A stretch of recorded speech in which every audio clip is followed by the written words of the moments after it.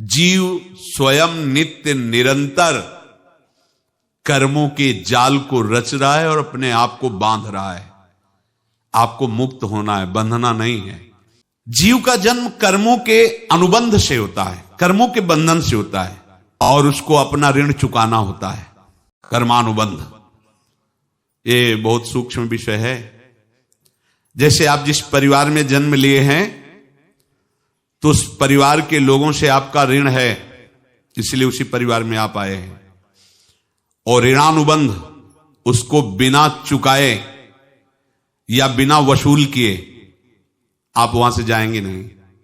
आपको लेना है तो वसूल करना है, और देना है तो चुकाना है। ये पूर्व के जन्मों से निश्चित किया गया है।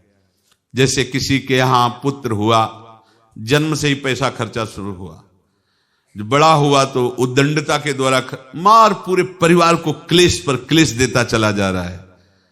ये तुम्हारे कर्म का फल है। या ऐसे शक्तिहीन बुद्धिहीन ऐसे पागल पूरे जीवन सेवा करो, तुमसे अपना हिसाब चुकाने के लिए वो आया है।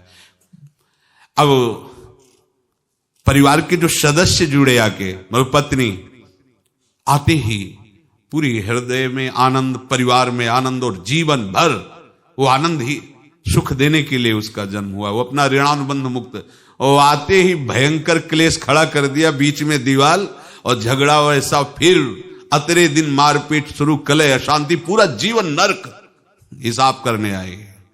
यहां ऋण चुकाए बिना कोई जा नहीं सकता, ऋण चुकाना पड़ेगा। किसी का ऋण वसूल करना है तो किसी को ऋण चुकाना है, दोनों काम करने होते हैं।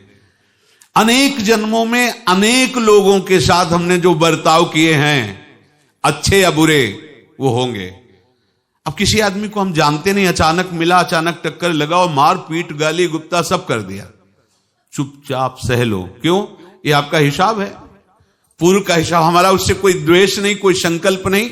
अचानक घटना घटी और हमसे द्वेष करने लगा, हमें पीटने लगा, हमें गालियां दे, ये हिसाब है, चुपचाप सह जाओ। अपने घर का भाई ही भारी दुश्मन बन गया और क्लेश दे, हिसाब है। एक प्रभुदत्त ब्रह्मचारी जी की वाणी में पढ़ा था, एक महात्मा जी भ्रमण करते थे तो उस समय असरफियां चलती थी, मोहरे असरफियां, तो उनको भेंट में देते लोग। तो या तो ठाकुर सेवा में लगे तत्काल, या संत सेवा में तत्काल लगे, उसका संग्रह करके डोलना ये ठीक नहीं है। बैरागी के लिए सिद्धांत में ये ठीक नहीं है। तो जब 2, 4, 6, 8 ऐसे मोहरे हुई तो उन्होंने विचार किया कि और भ्रमण करके जब काफी मोहरे हो जाएंगी तो प्रयागराज में जब कुंभ पड़ता है, एक बार पूरे सब अखाड़े के संतों को, अलग अलग संप्रदाय सब संतों को बुलाएंगे और सबको खुआएंगे। अब साधु है तो यही विचार करेगा, और क्या विचार करेगा। तो उन्होंने ऐसे डंडा बनवाया, बेंत, जो ऊपर से चूड़ीदार और भीतर पोला, और मोहरे उसमें डालते गए। और भ्रमण, जहां जहां श्रद्धालु भगत थे सबके यहां जाना और इच्छा रखना कि एक मोहर तो दे ही दे दक्षिणा में। कामना कोई भी हो वो बांधती ही है, ध्यान रखना। इसीलिए प्रभु जो चाहे वो करे, अपनी चाह नहीं रखनी चाहिए, अपनी चाह प्रभु की चाह में मिला देनी चाहिए। धीरे धीरे वो छड़ी भर गई। भ्रमण करने वाले महात्मा चूड़ी लगाई, इंतजार करते रहे। जब प्रयाग का कुंभ पड़ा तो चले। तो रास्ते में एक गांव में पूछा जाता है, जिससे कहीं रुको कि कोई श्रद्धालु ऐसा है जो संत सेवी है। तो कुछ लोगों ने बताया, हाँ एक परिवार है, बहुत संत सेवी है, और आपको मिलाते हैं उनसे। आइए महाराज, घर में रुका, खूब अच्छा हलवा पूड़ी पवाया, और जो घर के मालिक थे चरण दबाए। चरण दबाते दबाते उनकी दृष्टि पड़ी उस डंडे पे, इतना मोटा और ऊपर से कुछ चूड़ी सी भी नजर आ रही, इस डंडे में तो कोई रहस्य है ही है। अब महात्मा जी को खवा पिला के सुला दिया। महात्मा जी जब सो गए तो पत्नी से धीरे से कहा, वो डंडा लाओ बाबा जी का। डंडा, वो चूड़ीदार जो ही खोला पलटाया तो सैकड़ों मोहरे। ऐसे संत रोज पधारे भगवान, तुम आनंद हो जाए फिर क्या। पत्नी से कहा नाप के कंकड़ लाओ। वो तो महात्मा जी तो खाए खीर पूड़ी, आराम से सो रहे। रात में पूरी प्लानिंग करके उसमें कंकड़ भर के चूड़ी लगाकर सिराने रख दिया, सारी मोहरें हटा ली। महात्मा जी आराम से छड़ी उठाए तो वजन पक्का। वैसे बड़े लोग चतुर होते हैं, पर ये नहीं जानते कि कर्म कितना भयानक होता है। और उनकी कोई संतान नहीं थी, पर धन में इतना प्रेम उनको था।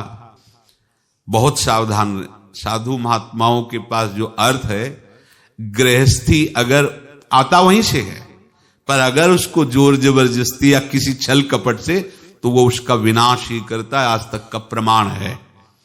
अब उनको ये भाव पता नहीं होगा, या पता होगा तो लोभ के कारण वो उसको मान नहीं पाए होंगे। महात्मा जी गए प्रयाग में, किसी अखाड़े पर रुके और वहां प्रार्थना की कि कल जो है संपूर्ण अखाड़ों का निमंत्रण किया जाए और सब संतों को भोग पवाया जाए और उनको दक्षिणा भी दी जाए। महंत ने सोचा कि बहुत बड़ा है तो उत्सव है, क्योंकि प्रयाग में कितने हजारों संत महात्मा सब। तो उनका महाराज बोरों इसमें चीनी और टीनों घी लगेगा, सब व्यवस्था। बोले आप मंगाइए, एक एक हिसाब हम करेंगे, हमारे पास सब व्यवस्था है। बोले कुछ तो पहले दे दो, इकट्ठे देंगे हम। उनको था कि अगर हम छड़ी खोला और दो चार मोहरे दी, किसी को पता लग गया तो गड़बड़ हो सकती। बोले हम भंडारे के समय आखिरी में सब कुछ आपको दे देंगे। ठीक है। वो अपने पास से पैसे लगाकर खूब जितना सामग्री सब लाए, लाखों की, और सब संतों को निमंत्रण कर दिया। संत जन निमंत्रित हो गए, भंडारा बन रहा है। तब वहां के महंत है और उनका देखो भंडारा भी बन रहा है, संतों को निमंत्रण। अब आप अर्थ की व्यवस्था कीजिए, क्योंकि इतनी बड़ी हमारी सामर्थ्य नहीं थी जितना हमने किसी तरह हमने व्यवस्था की। अब मुझे अर्थ चाहिए, तभी आगे की व्यवस्था बढ़ेगी। संतों को दक्षिणा देंगे और जिनसे अर्थ लिया उनको दे। देखो रसोई बन गई है सब। उनका छत में विश्वास नहीं तो ये अभी चूड़ी खोली। उनको तो था ना कि मोहरे हैं, कंकड़। तो अब जैसे कितना उनको सदमा लगा होगा, हजारों संतों का निमंत्रण, रसोई बन, मतलब संत हो के छल कपट। तो उनका महाराज आपने तो हमारा नाश कर दिया, जो महंत थे। अब बताओ रसोई बन गई, संत निमंत्रित हो गए और आप ये कंकड़ दिखा रहे हैं हमको। आपने तो हमें बर्बाद कर दिया, हमारी इतनी सामर्थ्य नहीं थी, आप पहले बता देते। संत होकर ऐसा छल कपट। अब वो बोले तो क्या बोले, क्योंकि उनको पता था कि मोहरे हैं इसमें। अंदर से उनका चिंतन गया उसी सेठ के पास, अच्छा ऐसा धोखा हमारे साथ किया, भोगोगे तुम। ये जो निकलता है ना भोगोगे, ये अकाट्य होता है।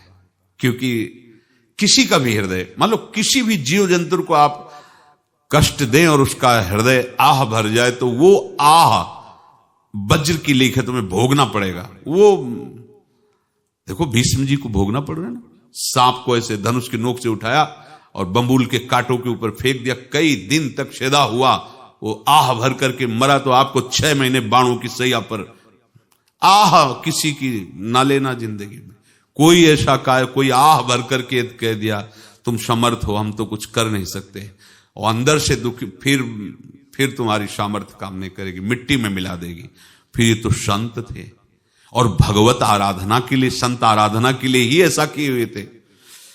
अब इनका कैसे मुंह दिखाएं, अब क्या करें। सुबह संत जन आएंगे, सबके बीच में हमारी कि देखो इन्होंने, अब क्या करें।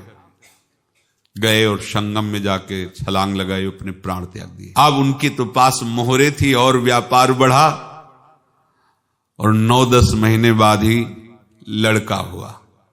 अब तो उनको कि संत फलीभूत हो गया। देखो व्यापार चल रहा, लड़का नहीं होता था, लड़का भी हो गया।